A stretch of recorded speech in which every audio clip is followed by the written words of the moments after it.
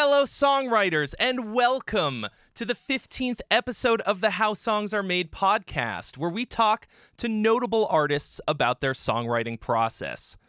I'm your host, Trey Xavier, and today we're going to be talking to my pal Sahil Makhija, aka the Demon Stealer, about how he writes songs. Today's episode is sponsored by the amazing DistroKid, the best way to get your music on the internet, and their awesome Hyperfollow feature. Hyperfollow is a completely free and awesomely powerful promotional tool for anyone using DistroKid. It is the one-stop shop for all of the links to streaming services and stores for your DistroKid release.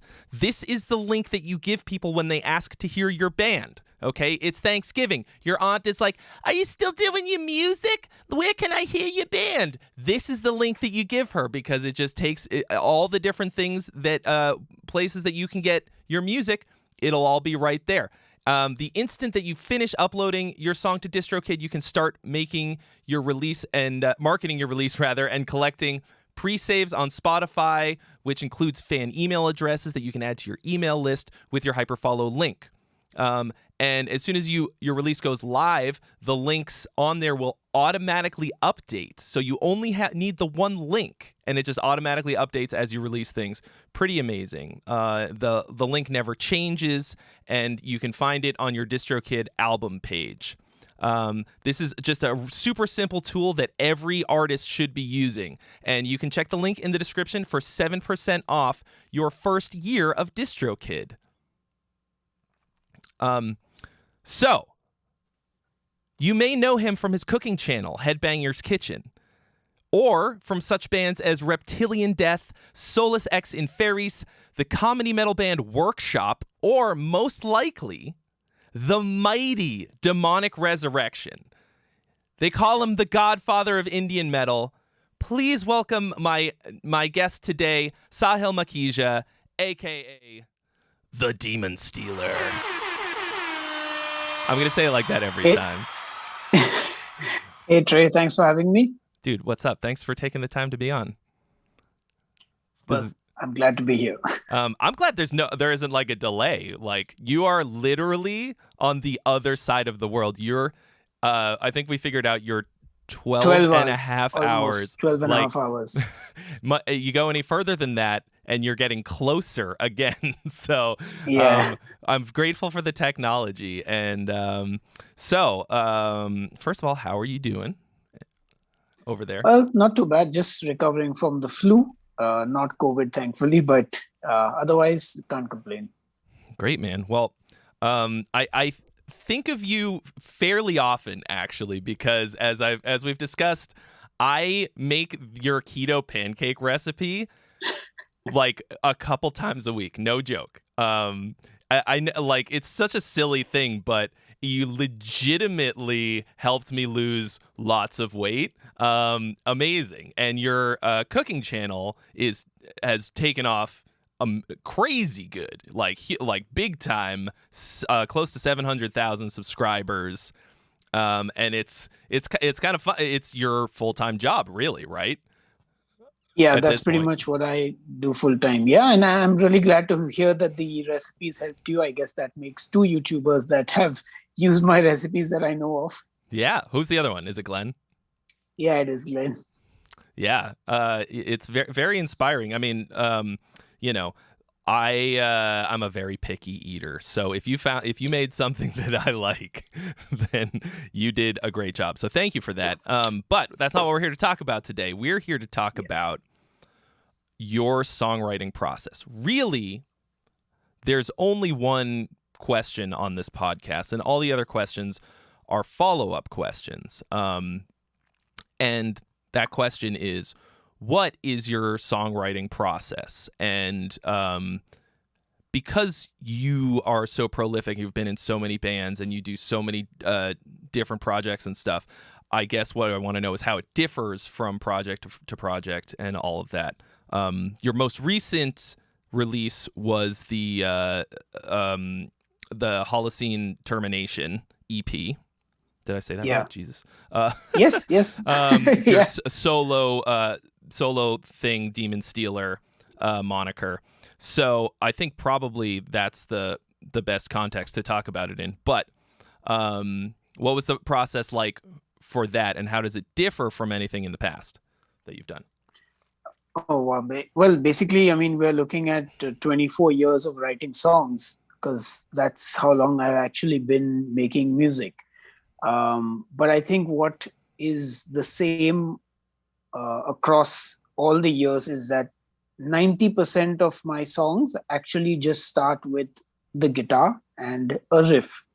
That's how I would say 90% of the ideas are born that finally turn into songs on my EPs or albums. And this is with pretty much any project that I've been a part of.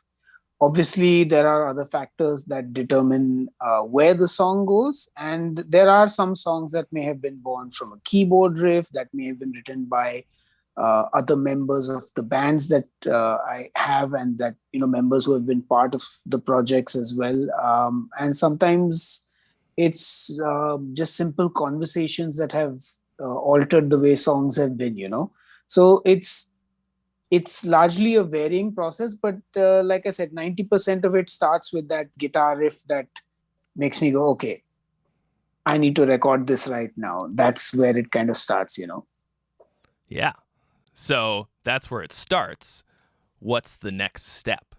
Where do you go from there?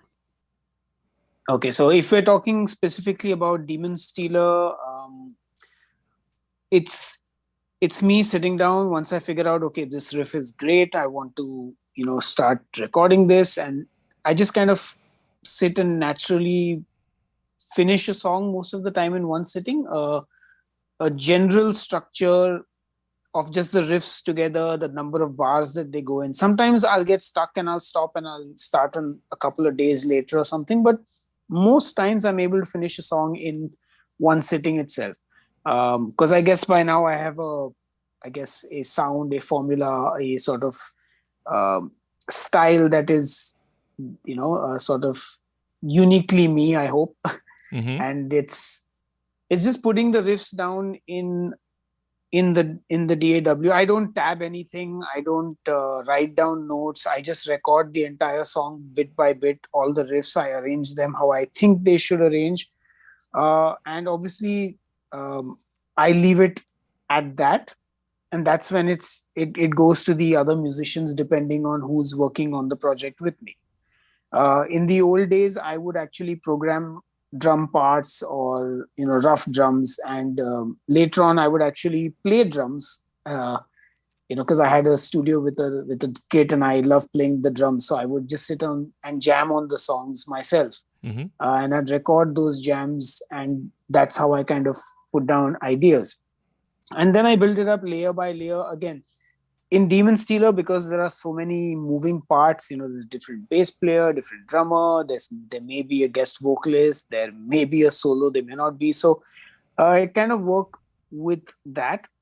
And with Demon Stealer, what I've tried to do, because one of the things that I wanted, especially in the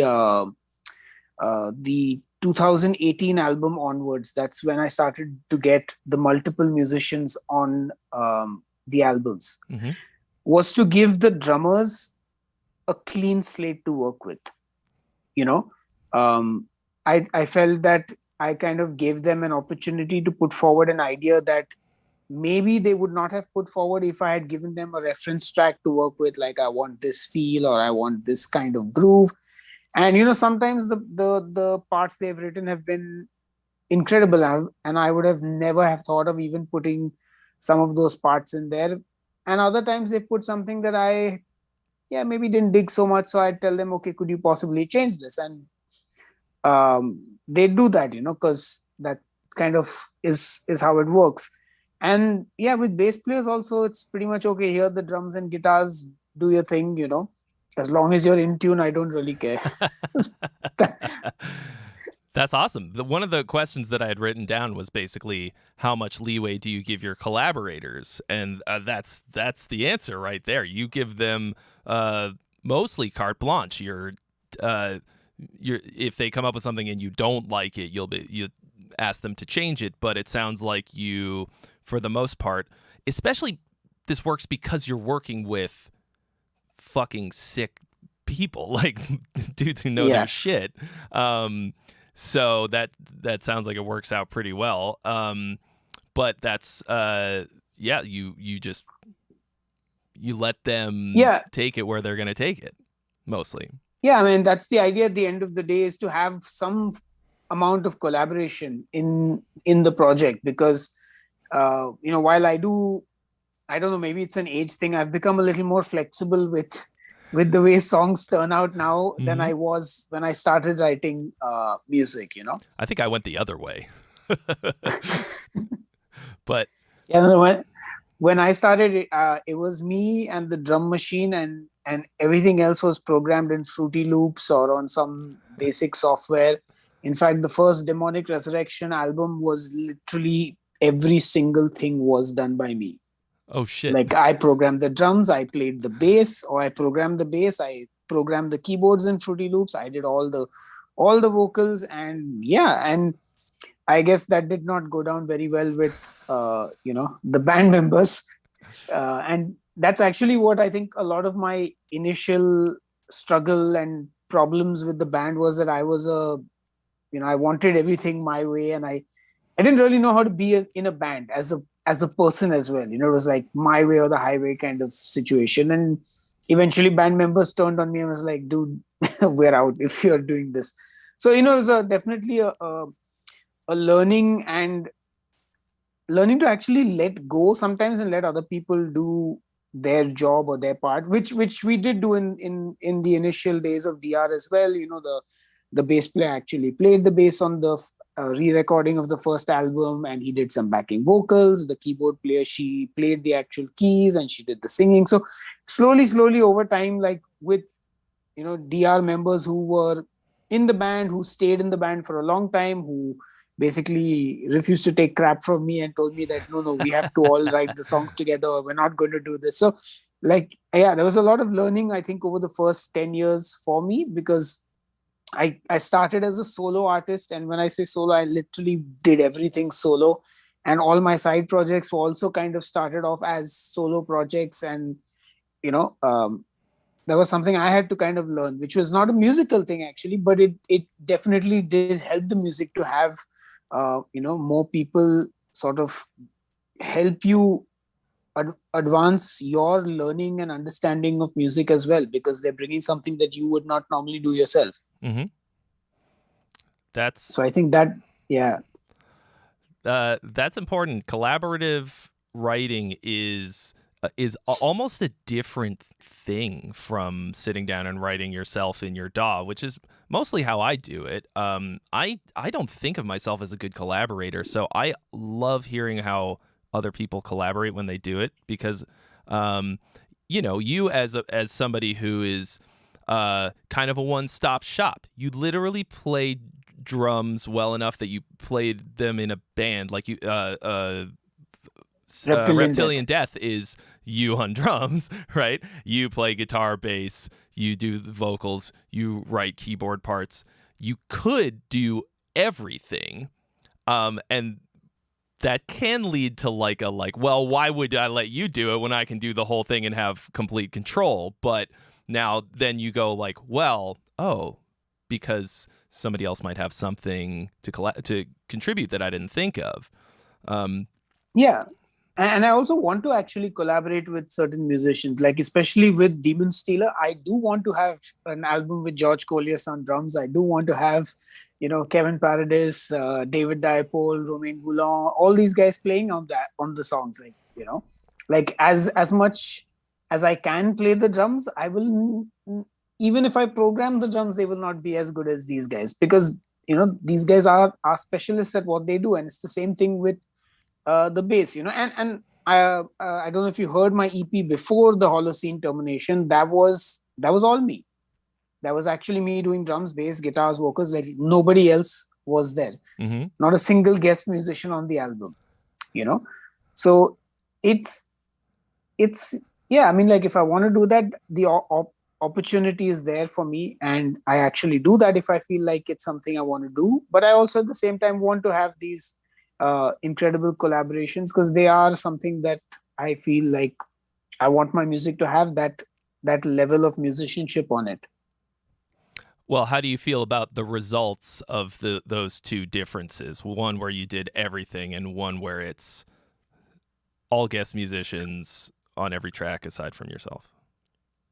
Well, I actually think it came out pretty well. Like, they are two very different sounding EPs, um, and that's not a bad thing necessarily. Like, it's not like one is musically worse than the other. It's just that I think when I play all the instruments, it's the songs are a certain way. Then I think there's a lot more focus on just the song as itself. Because the music, it's like, I would say, how you probably, like, when you listen to a pop song or a top 40 song, you're not necessarily listening to, oh, who's the drummer on this and what is that drummer playing, or what is this crazy bass line that's going on in the background. Like, everything there is just playing for the song, so to speak. Mm-hmm. Because my skill level is to play, maybe I cannot play the most complex fills, but I know where to accent the riff with what instrument, and how the bass needs to support the guitar, and where the bass can sort of go off on its own and do something more. And when I collaborate, it's kind of like the song is built on also the musicianship, because they can do a lot more that I can't do, which then allows me to sort of guide the song in a way that, even though it's on its own, it's a great standalone song, but you also are blown away by the instrumentation and the playing, because the performances are like outstanding. Yeah. You when you're writing these and you're thinking about, like, oh, this will be a guest person for this instrument, for this idea, do you usually have a person in mind who's, you're like, oh, this has to be the most incredible blast beat section, only drummer X can do this? Or is it kind of like, I just need somebody who's better than me at the drums? That's actually interesting, because it's a little different here in some of the songs, and some of the songs it's not. Because you see, I also have to navigate who's available to actually play, Mm-hmm. and who's affordable. Yep. Because as much as I would like to afford every single drummer and bass player, a lot of musicians are fairly expensive. So I'm often bound by those constraints. But, like, just to give you an example, I think for the 2018 album, The Last Reptilian Warrior, that entire album started because I'm part of a drumming group on Facebook called Metal Drummer Nerds Worldwide. And Kevin Paradis is a regular poster on that group. And he was, I think, just starting out, like, with his, recordings, and he was uploading a lot of stuff regularly. And he one day uploaded a Benighted cover at 270 BPM. And for some reason, 270 BPM just blew my mind. I was like, can I write a song at 270 BPM for you? And he's like, sure. So I went to my studio and I wrote a song at 270 BPM. I just put the metronome on 270 and I jammed along with it till I had a riff that I liked. And I just built up the song from there.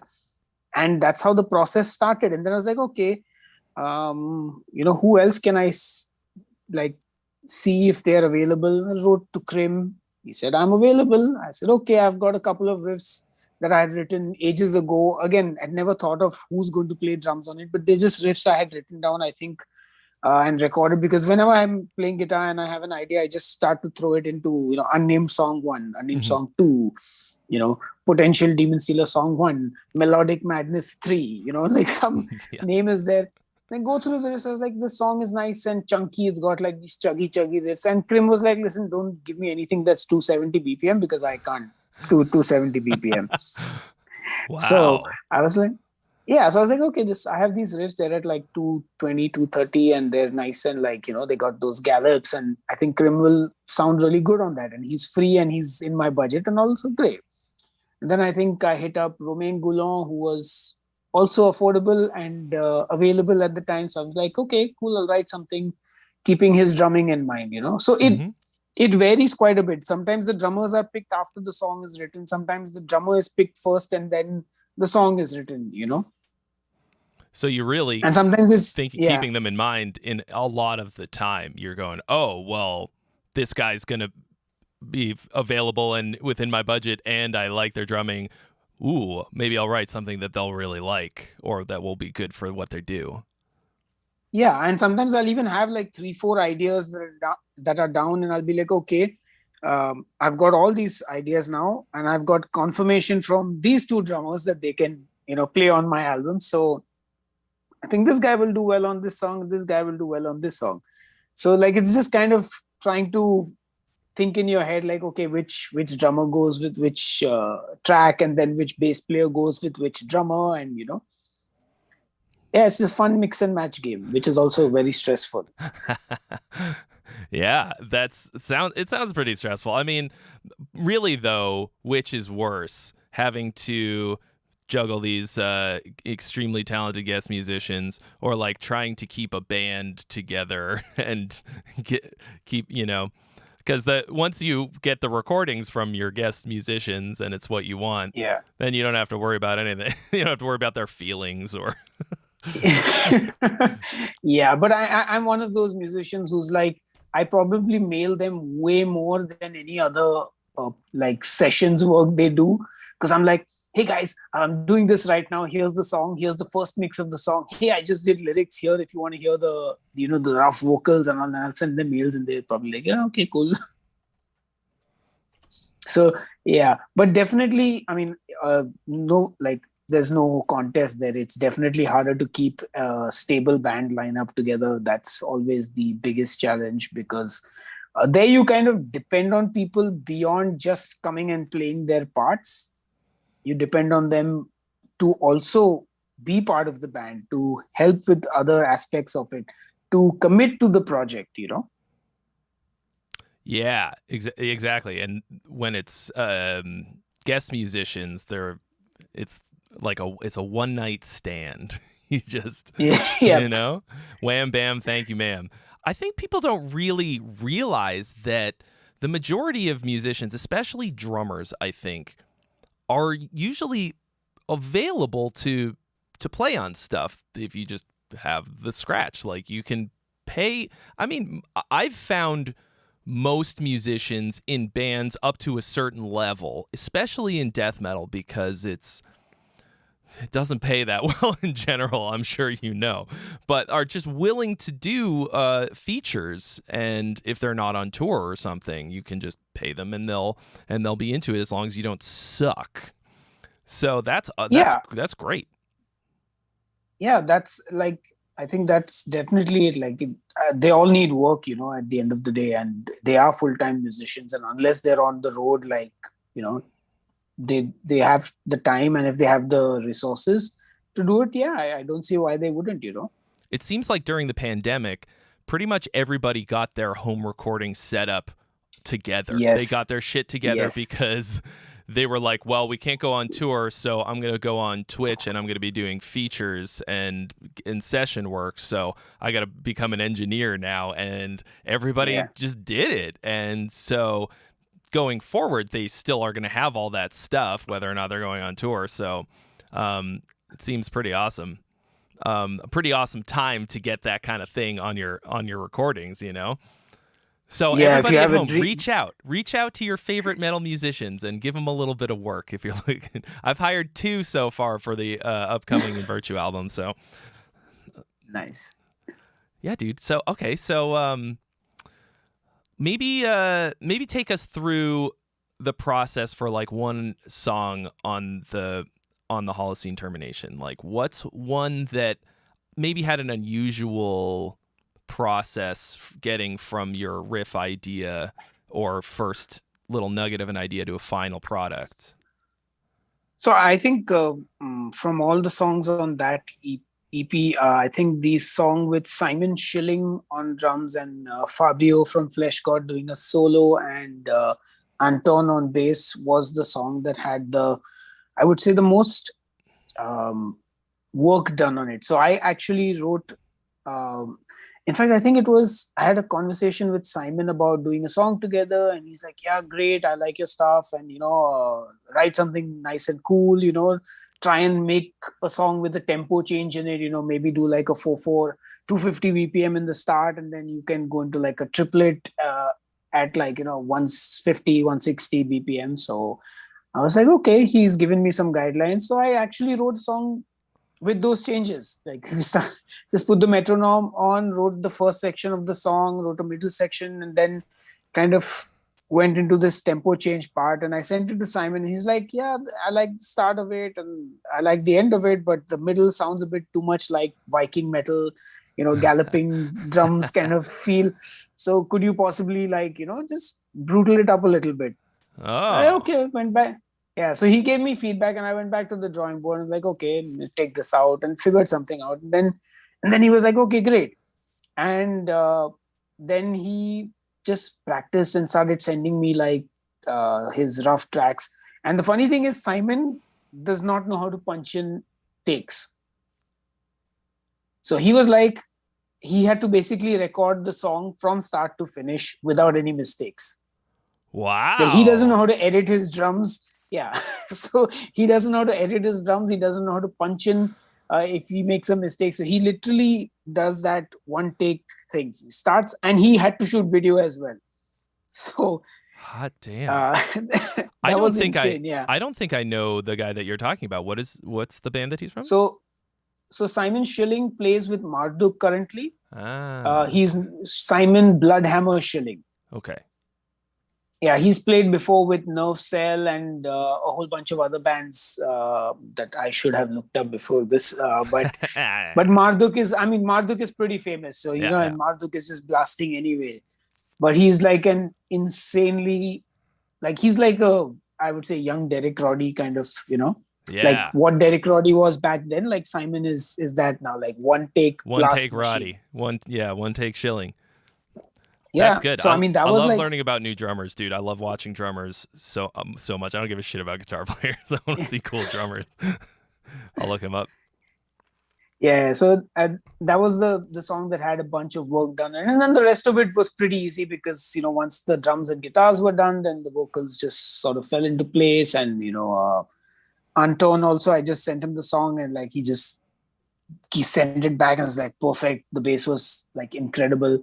Yeah, and then Fabio also did his thing, and then the song was done. It was pretty cool.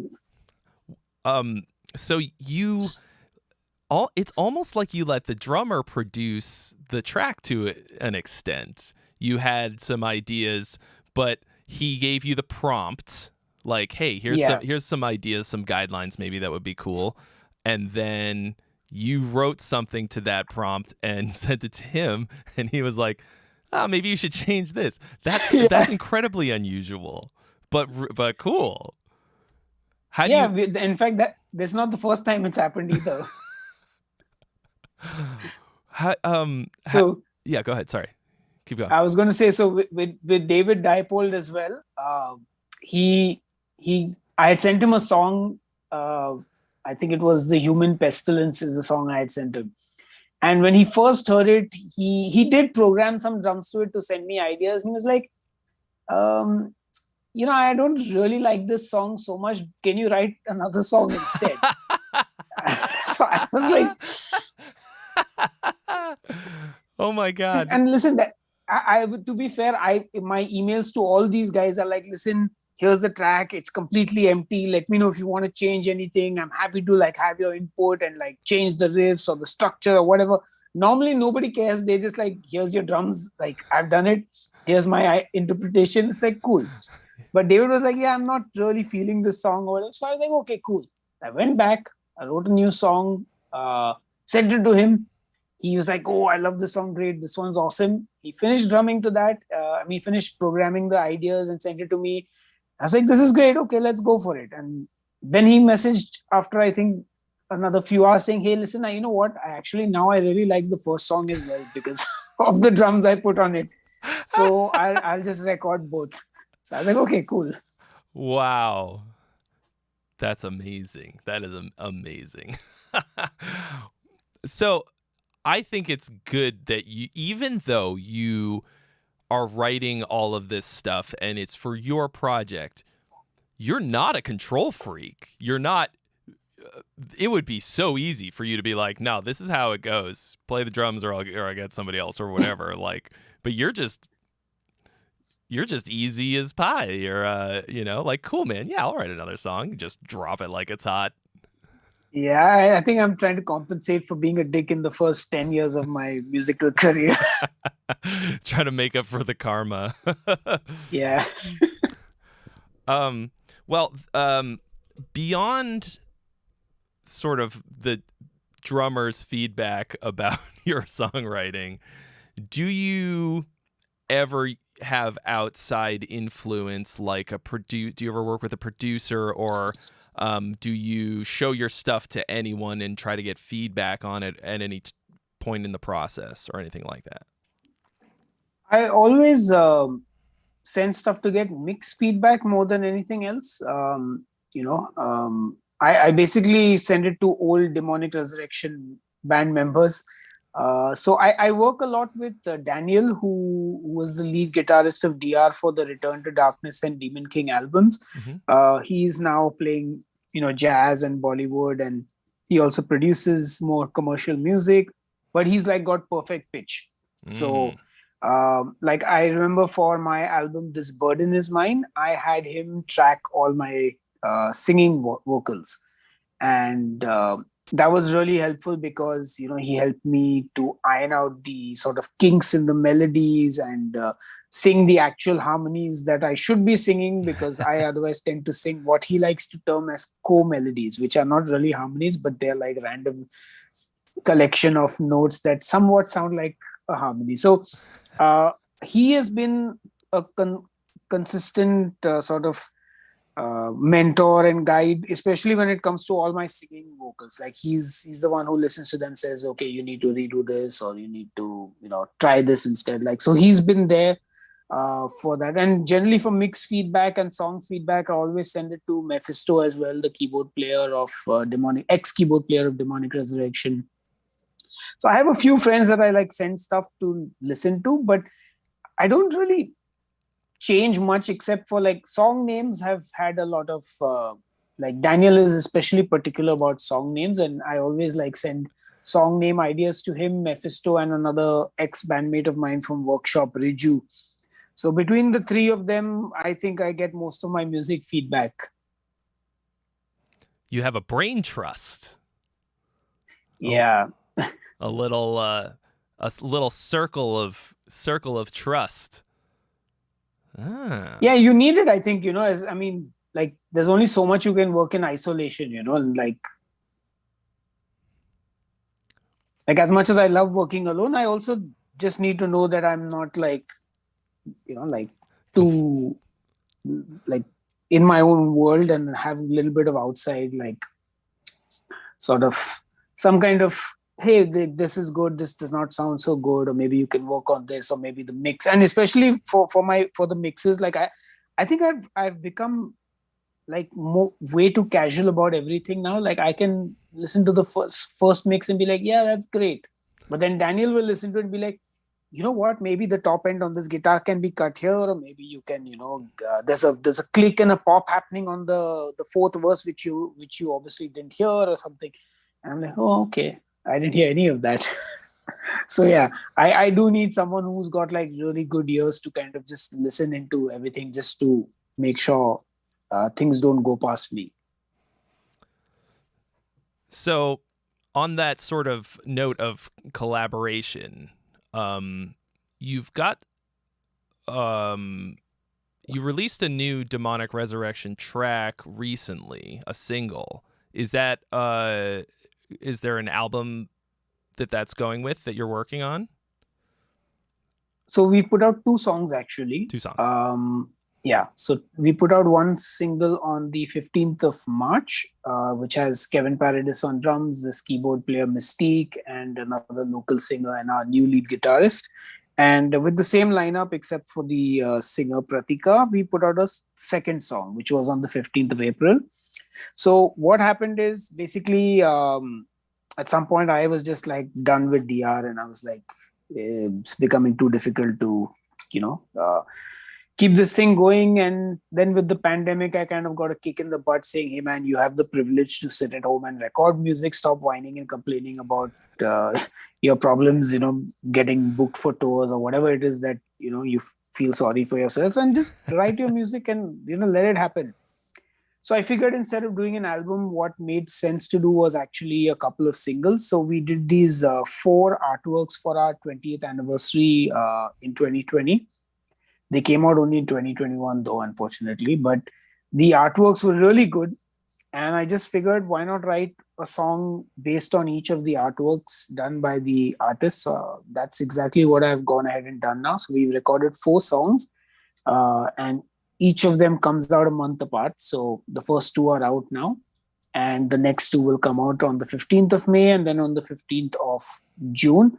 And we'll probably put them all together, maybe put out an instrumental version of the tracks as well in July sometime. But it won't be like an official album, most likely.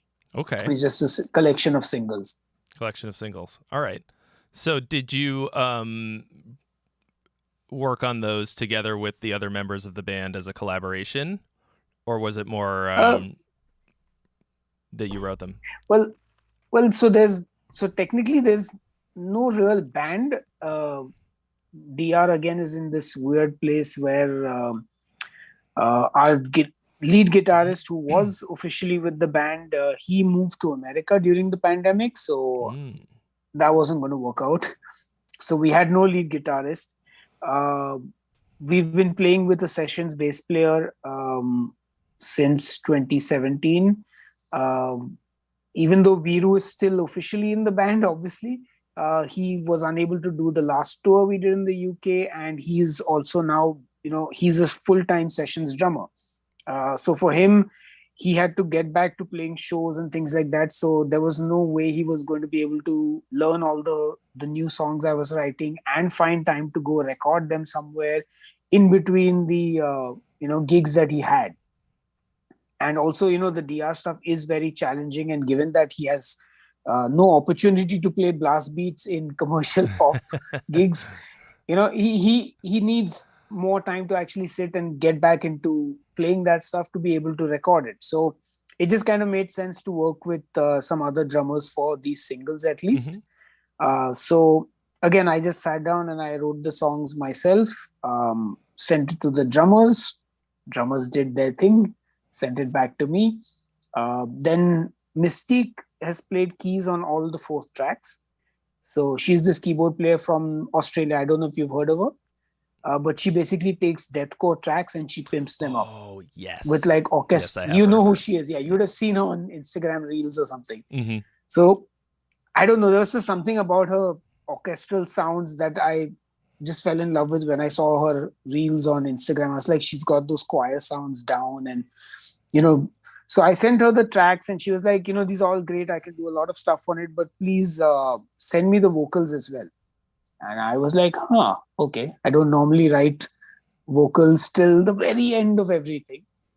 So I actually sat down, wrote out vocals, lyrics, and recorded them all and sent it to her. And then she worked on the keys based on some of because she did a lot of the choir work that followed the lyrics and things like that. Gotcha. So, yeah, that was an interesting thing which we've never done before. Like, have someone work choir parts based on the actual lyrics and things like that. So that was cool. And then I think by the time she was done with the songs, I had discovered Aditya on. I've known Aditya, who's the new lead guitarist now, for a while. I've seen him play with other local bands, but more recently he'd been posting a lot more on Facebook, and his guitar skills are just like insane. And he also was the guy who tapped out the Holocene Termination for me, because he works as a transcriber with, I think, a video game company or something.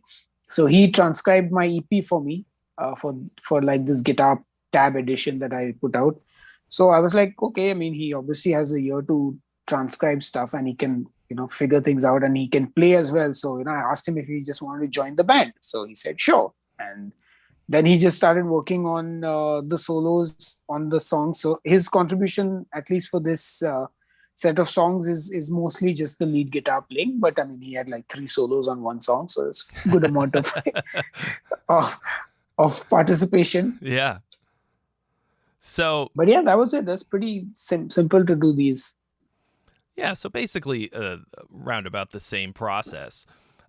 Interesting, Yeah. though, to hear that you tend to leave the vocals till dead last. So you're basically writing these tracks as instrumentals and like a bed for your vocals that you just wait until you've got something to kind of Yeah. slather it on there. So when you get to that point and you start writing lyrics and vocals to go on top of it, do you ever wind up changing the track that you've written to fit something that you write vocally that maybe you think needs a little something? I don't think I've ever actually done that, because I don't know, maybe it's just habit. I've just always been able to kind of fit whatever I'm writing lyrically, and my vocal ideas are always like based on the music. So it's rare that I've ever had to. I don't think I've ever had to change that ever. No, because I would just like, I'd press play on the track and I'd just wing it and do like a rough take of some random words. And then there were certain parts where certain words may sound good, so I'd use those words based on the subject of the song and write some lyrics based on that, or the number of syllables that I've sung to create a part. And yeah, but no, normally I will just edit the lyrics till they fit the way I want them to fit. That's, I think, something that's been my way. And even when I'm writing, though, I kind of know, like, okay, so this is going to be a verse part, so I know, like, okay, then this is probably going to be the verse of the song. We've got this main hook here, and we've got this part which is going to be like a pre-chorus, so it's going to have like probably some clean vocals on it. So I have a vague idea of the structure in my head, probably, like I have some idea of things, but yeah, I always generally fine-tune the vocals last. So is there any part of the process in which you consider the live performance of it? I find personally that when I do it the way that you're describing, then I wind up going like, oh God, can I play this guitar part and sing this at the same time? Because generally you play rhythm guitar and sing as well. But like, do you think about that at all? Or do you just go like, if we ever play this live, I'll worry about it then? Yeah, that's pretty much it. If I ever play it live, I'll worry about it then. But I also think, because of just having played and sung for so long, I think the way I also write the vocal parts is maybe subconsciously keeping that in mind in some way. Like I don't I mean, there are some songs so that we don't play live at all. But I'm pretty sure, like, if we practiced it and we had to play it, I would be able to pull it off. Like, except for the song that Daniel wrote, which I can't play even. Like, that's just too difficult for me to even play, for let alone sing and play. That's the one where you take the guitar and you kind of put it behind you, like, you know. Yeah, and I don't you think just take even the the microphone for the one song. Yeah, but yeah. I don't think we ever Bon played Jovi that song style. live. Yeah. But yeah. On that same kind of idea, do you ever consider whether the song will pop off in a live sense, forgetting whether or not you can actually perform it, let's say, but do you think like, oh, this part people are gonna mosh right here, so this is the circle pit part, or like this is like a big anthemic moment or anything like that? As you're writing it, do you consider that? No, I've never thought like that, but Mephisto used to. Like, he would say, I don't know if he wrote the part keeping things in mind, but he's like, man, this part, like, I can imagine people going, oi. And I'm like, yeah. Okay. Well, me, I'm just, I think when I write, everything else is like, nothing matters. It's just the song, just the riff, how it makes me feel, what is it doing for me personally, and that's it. Like, I couldn't care less if anyone moshes to it. like that's not on my mind at all. Of course, when I'm on stage and everyone's just like, oh, then I'm like, huh. But otherwise, like, I mean, it's not even a thought. Like, Okay, that's cool. Some people think only about that, and that's great. Except sometimes it doesn't really work on a recording, and then people are like, "No, you got to see him live, man. Then you'll understand." I'm like, "Okay, cool," but it's all it really depends to me how much you play live, and it seems like you're putting out a lot of music as recordings, but not playing out a ton. So that makes sense. Yeah, to me. I mean, also not by choice. It's just that the opportunities are like really difficult to come by, and like, I mean, that's literally why I almost like gave up. I was just fed up of just trying for like 10 years to just book a decent tour, or get like anything, like, because everything is like, oh, you got to buy onto this store and pay 15,000 euros, or like you got to, like, so I was just like, yeah, fuck that shit. The one and only time I went on tour, I came back like $2,000 in debt, and it was awesome. I had a great time. Yeah, it was worth it as a like nice. I mean, it was a cheap European vacation for a month. Yeah, we've done a few of those.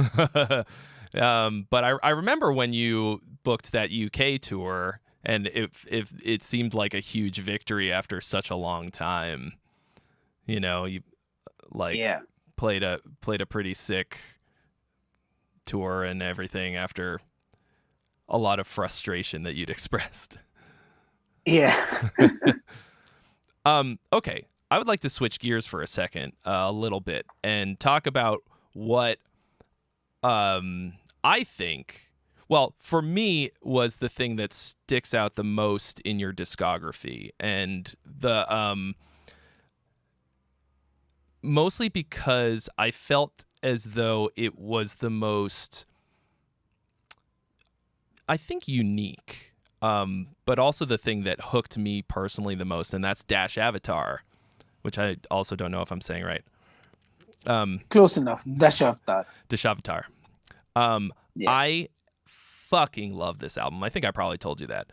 I think that for the most part, especially kind of the earlier Demonic Resurrection stuff, there was a lot of it sounded very Scandinavian influenced, and although there was a lot of different stuff in there, it didn't have the regional flavor until we get to Dash Avatar. And I'm so curious about every part of this, because from the right out of the gate with Matsuya the fish, you've got all kinds of Indian sounds on there, like Indian instruments, the sitar, which I think is Rishabh Singh, right? Yeah, that's Rishabh. An absolute dick ripper on the sitar. We've got a bunch of videos of him on the channel doing covers and stuff, and all kinds of Indian percussion and stuff. And I don't even know where to start asking you about this, because there were so many. For those of you who haven't heard it, it's I think a lot of stories of Indian mythology and stuff like that, and and different like folk tales and stuff, and just the so much storytelling in the lyrics, an incredible amount of like very epic storytelling.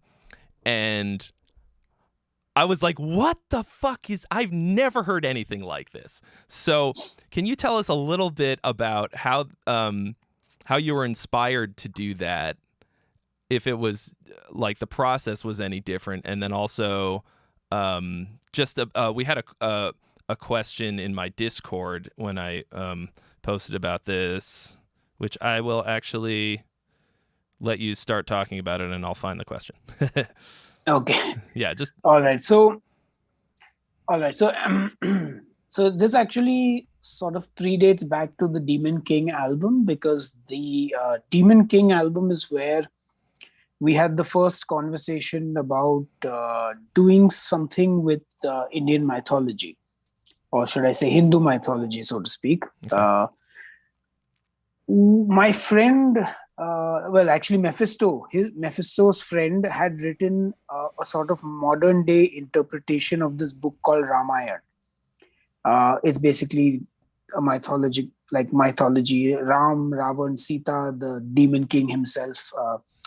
And I didn't really want to write a story based on that, or I didn't want to use that story for the album. I wasn't just sold on the idea. But for some reason, the title, The Demon King, was something that stuck and I liked. So we said we'll use the title, The Demon King, which kind of represents Ravan, who is the Demon King. And I will write my own sort of story about it. But we kind of went with the imagery of the original mythology, Ram versus Ravan. Ram is the god who slays the Demon King Ravan. So we have that imagery on the cover, and that's kind of where the sort of idea of starting to use in Hindu mythology as a lyrical idea started. Sometime after that, my wife actually told me the story of Narsimha, the man lion. Now, I've actually grown up in a very Western household, so to speak. Like, I wasn't really told all these stories. My exposure to them was what was shown on national TV, which was really bad graphic and television show versions of, these stories. So for me, this was never cool. It was always like cheesy and religious, and I just was not my scene. But when my wife told me the story, I was quite impressed. I was like, wow, it's a pretty brutal story. And she said, yeah, actually the stories are pretty gruesome, and they're actually like quite interesting. So that's kind of when we sort of thought of the idea of doing Dashavatar, which is basically the stories of the 10 different avatars of the Hindu god Vishnu. So Vishnu is the preserver, basically. So these are his 10 avatar stories, and it seemed like a great concept for an album. 10 songs, each song telling you a story of one of the avatars of Vishnu. So that's kind of how we decided on the album name and the theme for the album. And originally, actually, Mephisto wanted to not tell the stories as they were. So he was like, we should write the sort of tell the stories from a different perspective, kind of showing how God is actually not so good. And he wanted to kind of rework the stories. And I was like, look, nobody in the West has ever heard these stories. So like, you might as well give them the basic story first. Then you can sort of create a, different version of it or whatever. But anyway, that's actually where he and I didn't really see eye to eye on things. Even though I did like make an effort to start the album with like a monologue that kind of explains that, God and demons are all man-made, and, we're basically kind of telling you that man-made demons and man-made God, That intro gives me goosebumps when I listen to it. I'm just like, oh, it sets it up perfectly. Continue. That's the music to my ears. Yes. So anyway, we didn't really see eye to eye on that, but we started writing the songs any which way. I started in the studio actually.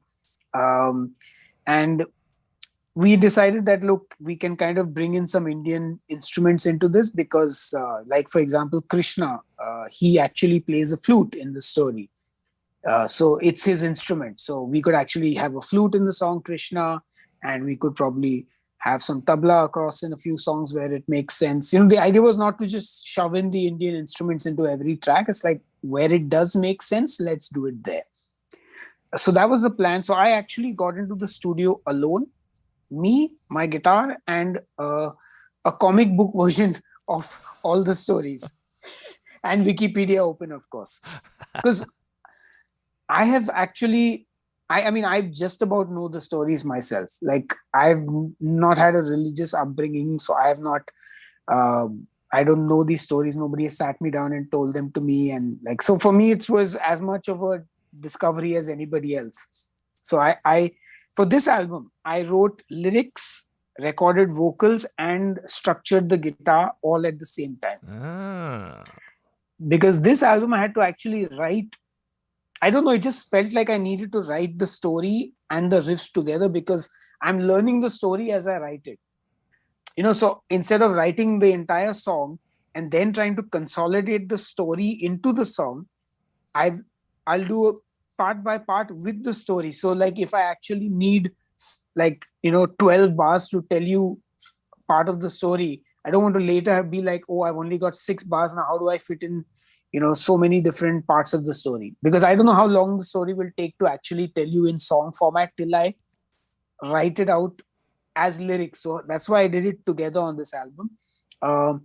So that was what I did first, and I sent it to the band. At that point I don't think anybody listened to the song. So that's the other thing, being in a band, chasing band members to listen to demo tracks and tell me if you want anything changed, if you have any ideas. Nobody replied, literally. So we went straight into, I think, keyboard recording, or I think bass was done first. So Ashwin at that point came down, he heard the songs, he recorded his bass, threw down a few ideas here and there where he had it, but mostly he just learned the riff, recorded it, learned the riff, recorded it. Same with lead guitars. Nishit came down, heard a part, wrote a solo, pretty much done there. I think keyboard is where Mephisto came down, and that's kind of where we weren't gelling. So I think he did a couple of parts on 2 different songs, and then after that we kind of just parted ways because he wanted to sit out the album, and I was like, I don't think that's going to work,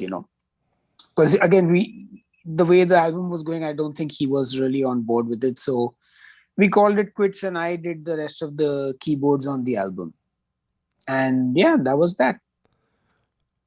At what point did you... Actually, let me rephrase that.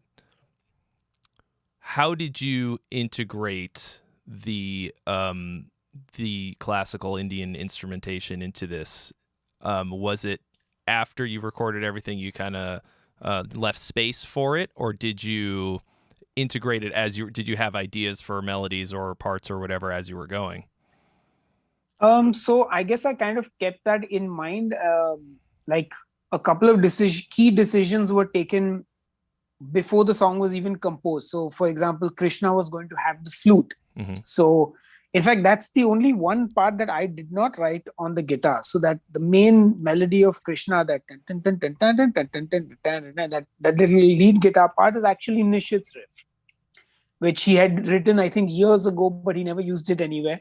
And I remember him showing it to me, and I'm like, yeah, we'll use that in one of the new songs. So because of the way that melody was, I was like, okay, cool. So the flute is just going to double this. And I guess I just managed to leave space while I was writing the songs for that part, Similarly with Buddha, like, because the song started with the chant, and that chant is kind of the tempo for the song, it left room for the thing to come back again and for the tabla to be there. And I think when I'm writing, like, it's just kind of like, that certain parts, okay, the tabla will go well on this. So you mark that out. I marked it out while I was writing those parts. And I think with Matsya, which Rishabh played on, I just said, here's the song, do what you want. And he literally played from the start of the song to the end of the song. Like, he did not stop. He played from start to finish. And I was like, this is amazing, but I'm going to cut out these few parts here where I think we can take a break from the sitar. But otherwise, he just like nailed it. And again, I think there's like 3 sitar solos on Matsya. Yeah. I was listening to it the other day just to go back, and I was like, wow, another one. It sounds fucking sick. So, but I just remember being like, that's a lot of sitar. Yeah. Okay, so you gave them a lot of free reign once again to kind of do their thing. So the question that was from my Discord, from Andrew Jackson, was how difficult was it to mix the traditional Indian music and the metal together? did it fit pretty naturally in terms of the rhythms and harmony and stuff like that, or was it a square peg in a round hole at any point? No, I mean, there's always the sonic challenge more than anything else. Like especially if you've got like a percussion instrument playing along with double bass, that is a little trickier to mix. The sitar is fairly, it cuts through fairly well on its own, so it was not really hard. Same with the flute. They're quite high pitched, so sonically they sit quite well over the music. I think it. I did have a little bit of a challenge mixing the sitar in, just to kind of find that balance for it to be present enough, but at the same time, just not be like a sitar solo over the entire track. But I don't think it posed any additional challenge like to me while I was mixing, because I think mixing the Demon King was far worse for me as an album, because I think for that album we didn't have a deadline, and I think I spent 1 year tweaking the mix, literally. Oh no, that's funny. Yeah. Well, but it's so do you think that just having a tighter deadline on this one, or on Dashavtar, made it a little bit easier to kind of just on the decision making definitely process?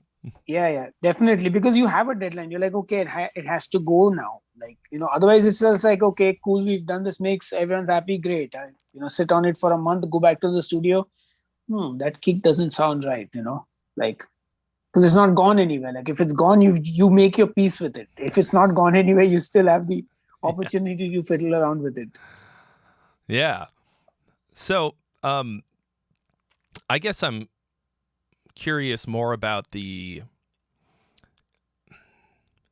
terms of, like, for example, Indian rhythms are like very, very complex, and especially on any instrument that's like a Indian classical music.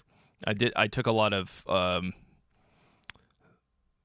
I don't know, I guess you'd call them ethnomusicology courses or something in college, and I was actually in an Indian singing ensemble that was run by a quasi-famous in America Indian singer whose name escapes me at the moment. But I learned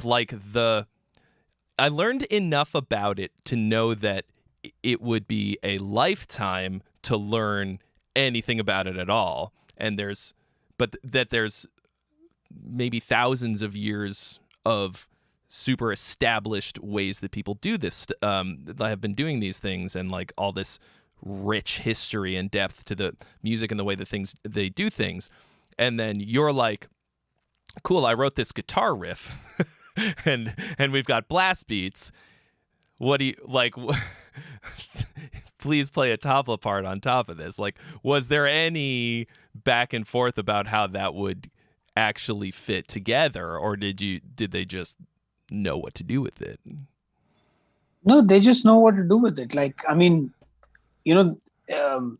because they're not writing their own music, right? They're following a straight 4x4 or whatever, and it's just they know what to accent. I mean, for me, it's just like I honestly don't know jack shit about Indian music. Yeah. Because first of all, there is nothing that is inherently Indian music. Like, every single state in India has its own culture, its language, its food, its music. So I think when most people are talking about Indian music, they're talking about Hindustani classical, Okay. because the music in southern India is totally different. The instruments are different. The vocalization is different. The languages are different. If you go to the northeastern part of India, that is completely different. If you go to Rajasthan, the desert, the instruments there are again different. So to say, like, that's the thing, right? Like, when people in the West say, like, oh man, your band is from India, you should have some Indian sound. The thing is, there is nothing that is inherently Indian, so to speak. Like, it's like, that's the reason you don't say, oh, do you speak Indian? No, because there's no such language called Right. Indian. There are 122 languages in India, But like, yeah, okay. The language used in, say, Bollywood movies is Hindi, which is maybe the most well-known of the languages, Mm-hmm. So that's why, like, when, like, Indian music or whichever region you go from, like, I don't know anything about it. In fact, I don't even know if I have any musical heritage because I'm a Sindhi, which is originally I come from a part that's now in Pakistan, and my family moved to Bombay when before I was born. So I grew up in a house listening to Aretha Franklin and The Doors and Led Zeppelin and Mariah Carey and Madonna, and like that's the music my parents listened to. We spoke English at home, so I don't even speak my own language in Sindhi. You know, I don't even speak my state language very well, which is Marathi. Uh, so like for me, it's as alien as it is for you. So Wow. when I'm working with like Indian musicians, because I did work in a recording studio where I recorded them, I just go by sound. Like they know what they're doing, so they've learned their craft. So you come and play, you can figure it out, and it's pretty simple, I think. Like because they know their shit. Yeah. So it was even for you an exploration, a learning experience of just trusting people that maybe you. I don't know that I could find a sitar player locally, like a You can. what's They're the all word? there. You're just Right, but I mean, it's probably a bit easier for you being to find somebody genuine who's really in it, but I don't know, maybe not. But it's just interesting to hear that it was for you just as much of a learning experience as it would be for me or for somebody in Ohio or yeah. Topeka. Yeah, I mean the only difference is I would have been accustomed to the sounds, and like I've heard it in popular music here. Like I may not have ever sat down and really listened to Indian classical music, but obviously growing up, Bollywood it's fucking had some. excruciating, by the way. Yeah. Indian classical music is excruciating. Sorry, continue.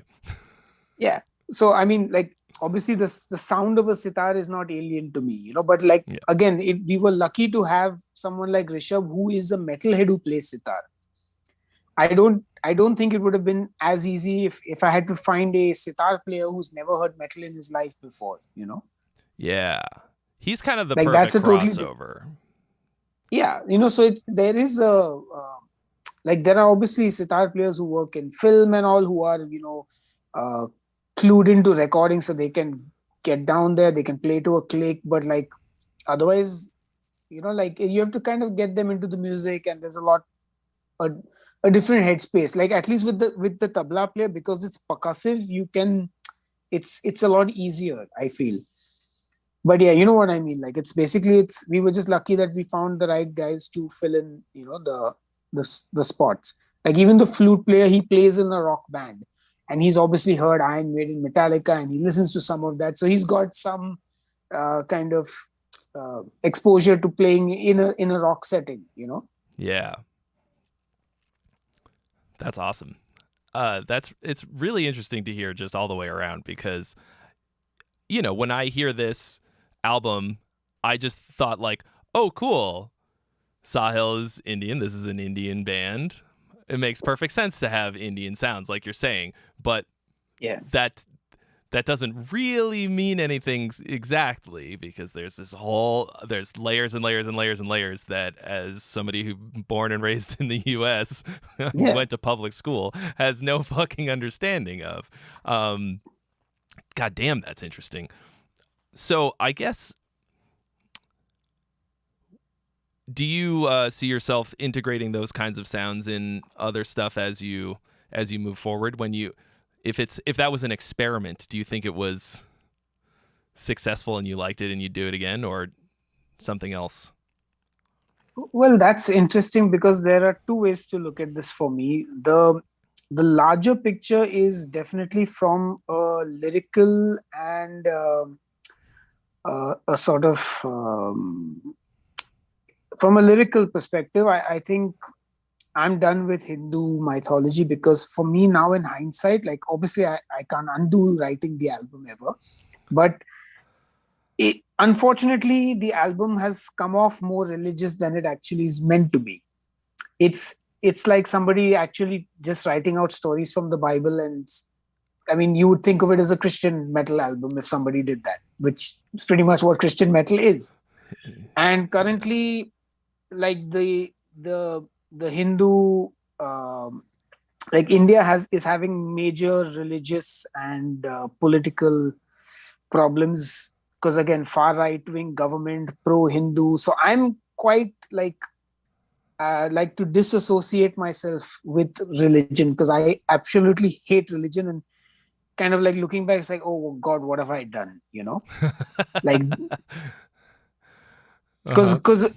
because all the songs, if you just take out that intro of Matsya, it's like, oh man, you are like praising Hindu gods. And I realized that, yeah, that's not what I ever wanted to do. Um because I can literally, see that. like there's serious amounts of like killings and violence in the country, all in the name of religion. So, and it's obviously because Hindu religion is the majority here in India right now. It's the like the they call it Hindutva, which is basically the Hindu terrorists, so to speak, if you ask me. But yeah, so that's one thing that like I definitely don't see myself going down that road. And I don't know how much sense it would make to try and throw in the Indian instruments unless they fit some theme that I'm working with. But as of now, I feel myself going back more to where DR has come from, which is the older sort of lyrical themes, which is obviously more Scandinavian, like you said. At least that's what I'm more comfortable with. And again, it's gonna also depend who we work with now, because going forward, like right now we work with Mystique. So I mean, it would be odd to even try and incorporate uh, any Indian instruments unless we work with somebody who specializes in that sound, or creating those kind of keyboard parts for us. Because you got to work with musicians and have them work with their strengths. That makes perfect sense to me. I always think of the keyboard samples or orchestration or synthesizers or whatever as like a big flavor element for metal, and I usually miss it if there isn't at least some of that in the metal that I listen to, mainly because I think of metal as a little bit like tofu. Like, it doesn't really taste like that much by itself, but it absorbs stuff so well, and it can be any Yeah. flavor, and that's why we have these millions and millions of little subgenres of metal and stuff, is like all these different influences coming in that you can flavor it with. And I hope that as a chef you appreciate that metaphor. You're welcome. I do. I do. But I think actually the question that I should have asked a little bit more general, in that was the influence and the flavor of that album. Was there anything that you've maybe been listening to, or that you maybe will incorporate in the future as a different new flavor for some stuff? Anything you've been wanting to explore, or that you have done on the new stuff? Sorry, go ahead. I think I would have loved to have some more tech debt elements in the music I made, but I just don't have the guitar skills to do it. Because I listen to a lot of tech debt. I mean, I love Artspire, Obscura, the new Fallujah song. How do you say it? Fallujah. Well, Fallujah. That's how we say it, and how the band says it when I've heard them say it. But it's probably not right. But yeah, I mean, I love all that stuff, and I'd love to be able to write those kind of crazy, complex riffs. But that's not, I guess, my style as a musician. I think for me, it's going to be just what comes naturally. I think that's just the most honest way I can write. And I think maybe I'll take more inspiration from art. I think that is kind of, I liked sitting down with these 4 artworks and kind of writing songs based on them, coming up with titles and lyrics. Because if I'm sitting and sort of creating because again, right now it's just me running the ship. So if I'm going to, ideate on the title, on the artwork, on, every single thing, it's going to become boring.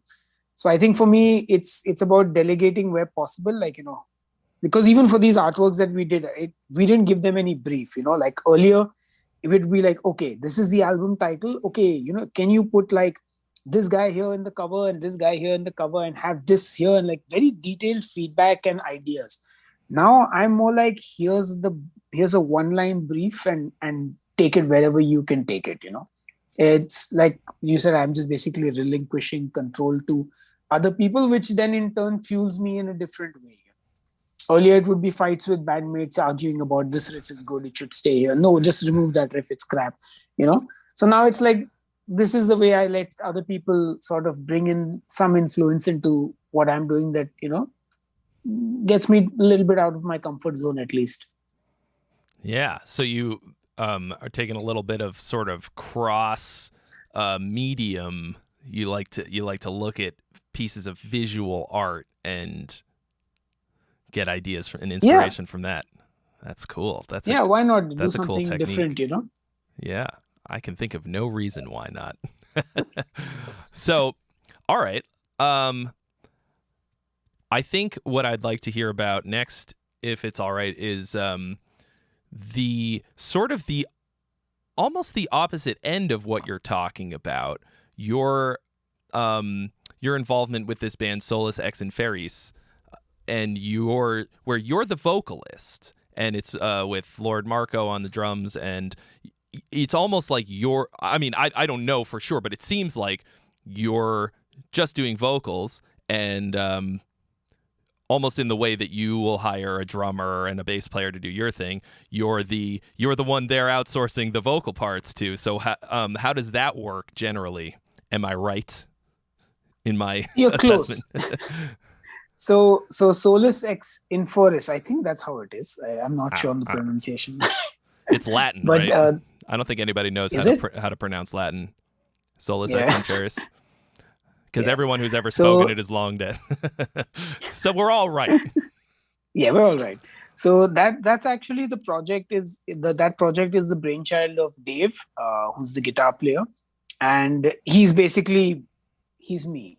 How I do Demon Stealer, this is his project. And he's been working with Marco on drums for quite a while now. We've had bass players change, but I'm like a proper member of the band. He had just, again, posted on some group saying looking for a vocalist. I was free, so I said sure, why not. I did some vocals, sent it, he liked it, he said, do you want to join the band? I said sure. But yeah, with that band, I pretty much also made it clear that look, there's only so much I can do because I already have so many other projects. So he writes the music, he sends me demos whenever he's done writing it, then it goes to Marco, who records drums, then bass, lead guitar, and then it comes to me and I write the lyrics based on either a title that he has come up with for the album or EP that we're doing, and then I'll write song names based on whatever theme he's sort of selected.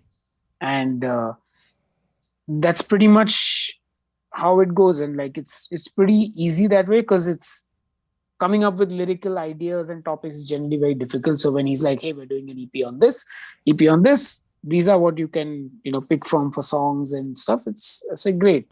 And I just record my vocals and I send it to them. That's pretty much it. So it's in fact that for some reason I get that stuff done really quickly. Like if I do a song a day with that band, like I can finish a song in a day. And generally there are very rarely any like feedback notes saying please redo this part or can you do this again or something. So it's pretty good. Yeah, I imagine it's a bit less stress because you only have to do the one thing. You don't have to write any other parts. You write your vocals, you record them, and that's the end of that, right? Yeah, that's true actually. Yeah, easy peasy. Sounds kind of nice. There's no singing involved, so that makes it a lot less stressful. Right, don't have to write any melodies either. Yeah, just the brutes, just the brutes, just the growls. That's cool. All right, let's see. I wonder if there's anything else that might be useful for people to know about. I guess is there anything that you do that you feel like is unique to the way that you work? Anything that you do that you feel like you're doing that's unique in terms of the process specifically that other people don't really do? I don't think so. I mean, I can't imagine that this isn't the process of a lot of people, sit down with the guitar, come up with a riff that you really like, and then you build a song from that. And then you stack up the different layers after that. I mean, the thing is, I've written songs in many different ways. Like I said, when we started Demonic Resurrection, it was Sahil sits and Sahil finishes song from start to end. The next album the re-recording of the first album was Sahil sits and does his parts and involves the rest of the band in doing their parts, but they're all playing the parts that he has written, So that was how I started there. Then came the new Demonic Resurrection lineup where they said we're not going to play any of your old songs. We're going to write songs together. That's when we actually jammed every single week for 2-3 hours. We would write single parts, stitch songs together. And that's what you hear on the Darkness Descends album, or Darkness Descends. That was, the drummer was JP at the time. Hussein was playing bass, Mephisto on keys, and myself on guitars. That was a very band, like it was actually written in the jam room, those songs, A lot of the ideas may have been riffs from songs that I had written, but I would take the riff to the jam room, not a full recording of the song. And I'd say, okay, let's start. This is the first riff. I'd play it for them. Then we'd start jamming to it. Then we'd try a new part. It was all very organic. And actually, some of the parts on that album were written by the drummer and Mephisto when they would reach the rehearsal room early and they would jam before the rest of us got there. They'd be like, hey, we wrote this part now. So, yeah. That was the process for that album. Then there was Workshop, which is my comedy band, where for that first album as well, it was a lot of us jamming every single day in my house and recording because we had an electronic drum kit. And basically my bedroom was the studio come rehearsal space. So a lot of that was just fooling around, and because it's a funny band, it was just jokes, and there are like these vlogs on YouTube of our recording sessions. And yeah, a lot of that was composed, like at least the basic ideas for the songs and riffs and drum parts were all done in rehearsal rooms. Then fast forward 2007, that's kind of when DR had a bit of a lineup crisis again, and I did that entire EP on my own, more or less, including the keys. I don't know how they let me do it, but just, yeah, I did most of that on my own. Then Viru joined the band. And again, the Return to Darkness was a lot of jamming in the jam room. And Mephisto by that point was starting to also write more and more. So like there are, I think, 2 songs on the Return to Darkness that were his ideas. So he would come in and say, I've got this song. And he would have like as much of the song as he could record in his house on the keys. So it would just be keys. And then he would say, okay, I want Viru, can you play this on the drums here? And we literally structured those in the jam room. Daniel also wrote a little bit. So there was this entire like phase in DR where it was a lot of actual, like a band rehearsing and writing music together, even though I may have been the main songwriter with the songs, but it was all put together in the rehearsal room. So there's a very different sort of approach to things. So looking back on all of these sort of blended different ways that you've worked over the whole history of your time writing music, you've done everything from pure collaboration all together in the jam room to complete isolation, working totally by yourself, doing every aspect of it, all the way through the mix, even. Yeah, mix and master. Master, editing, the whole 9 yards, being the one-stop shop. Which of those have you enjoyed the most, and which do you think had the best outcome, and were they the same or different? Which version of all of that? Honestly, I think each of them has pros and cons. Obviously, for me, the stuff that I'm writing now is the best stuff. I mean, so, and currently I'm more or less collaborating with a whole bunch of musicians. So I obviously feel that gets the best output, you know. Mm-hmm. But that's not to say, I mean, if I have the opportunity tomorrow to actually do an album where it is me and other musicians jamming it out uh, in a jam room and then putting the songs together, there's nothing to say that that won't be the best I've ever done, because I think it's more about where I am on my musical journey than which way is better than the other. You know, it's like next year, whatever I do is going to be better than this year. Whether I do it as a collaboration, completely isolated, or with a band jamming in the jam room, it won't matter. Whichever one it is, that will be the best, because it's more about my evolution as a musician than the actual process itself. Okay. Well,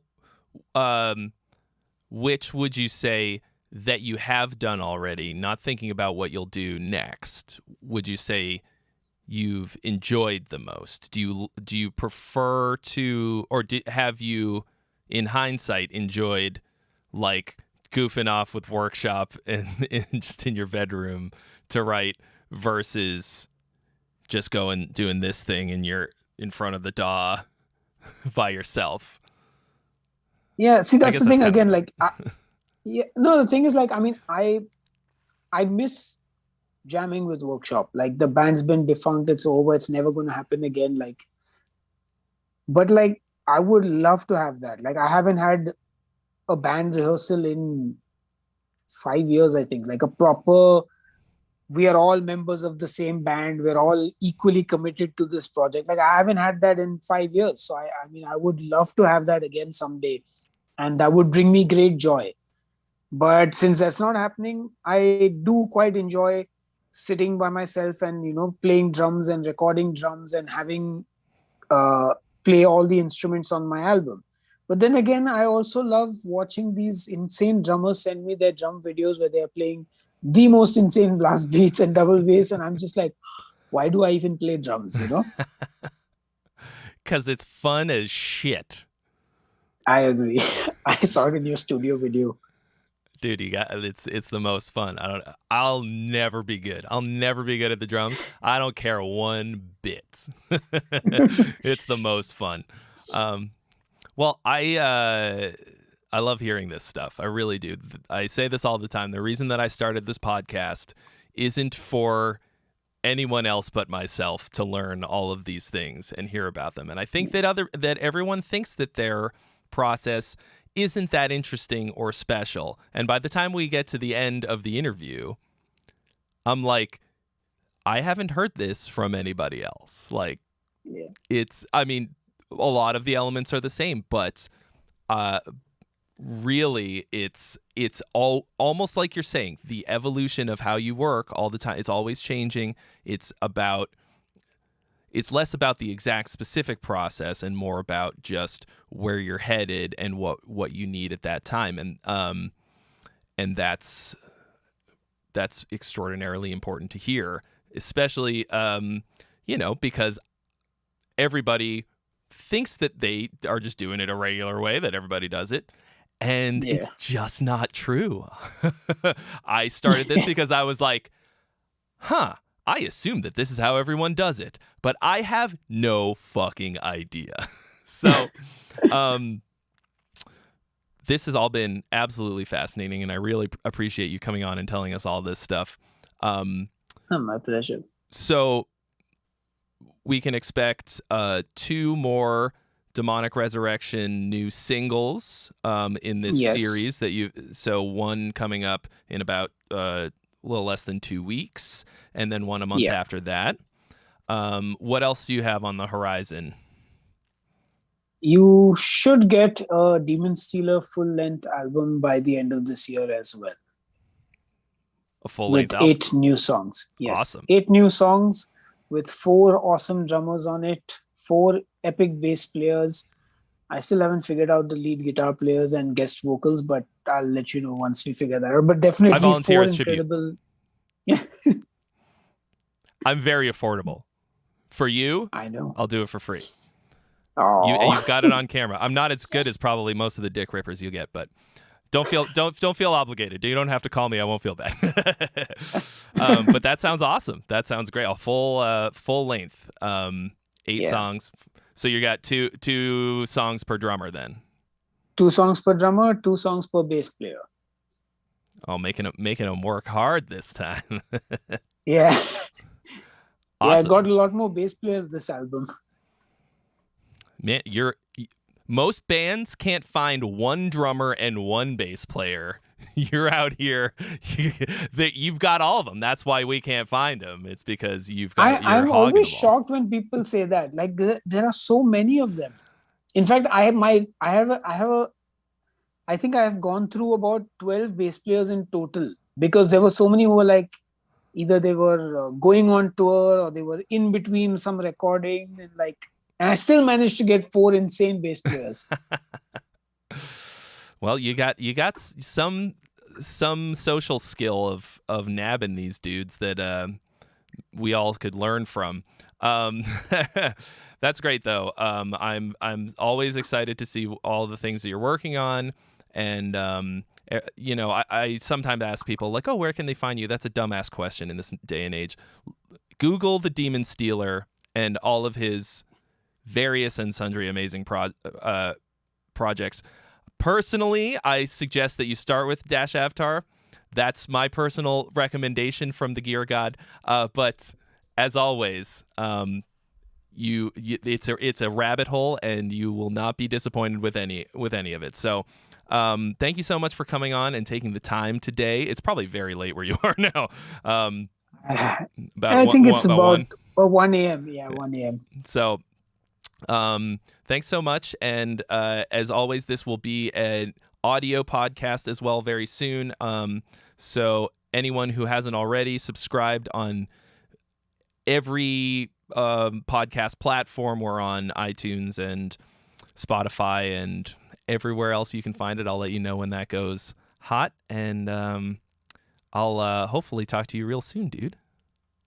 All right. Thank you for having me. It was an absolute pleasure. Thank you. Talk to you soon.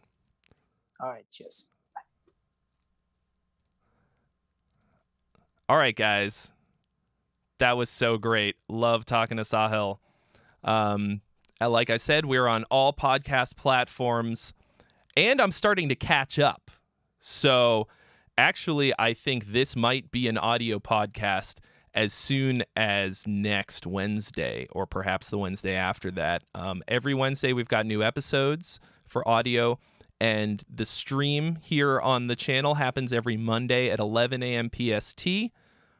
I love hearing your suggestions for questions to ask, and also for possible guests. So if you go into our Discord, there's a link in the description where you can sign up for our Discord, and there's a whole channel now dedicated to the podcast. I want to hear from you about who you think I should have on, what questions you want to have answered by them, and just your general thoughts on things like the format and the content and all of that. This is one of my favorite things to do here. I love talking to people about how they write songs, and what it just picking their brains about stuff that I like, and trying hard not to fangirl. So also huge thanks to our sponsor, DistroKid. There's a link in the description where you can get 7% off your first year if you put out music. DistroKid is the jam. It's the best way to do it. It's how I put out all of my music across the board. And we'll see you guys next week. Be sure to check out howsongsaremade.podcast.com. That's where you can find all the episodes. And also we have merchandise, How Songs Are Made t-shirts and stuff like that. So thank you so much for watching and for hanging out in the chat. And we'll see you next week.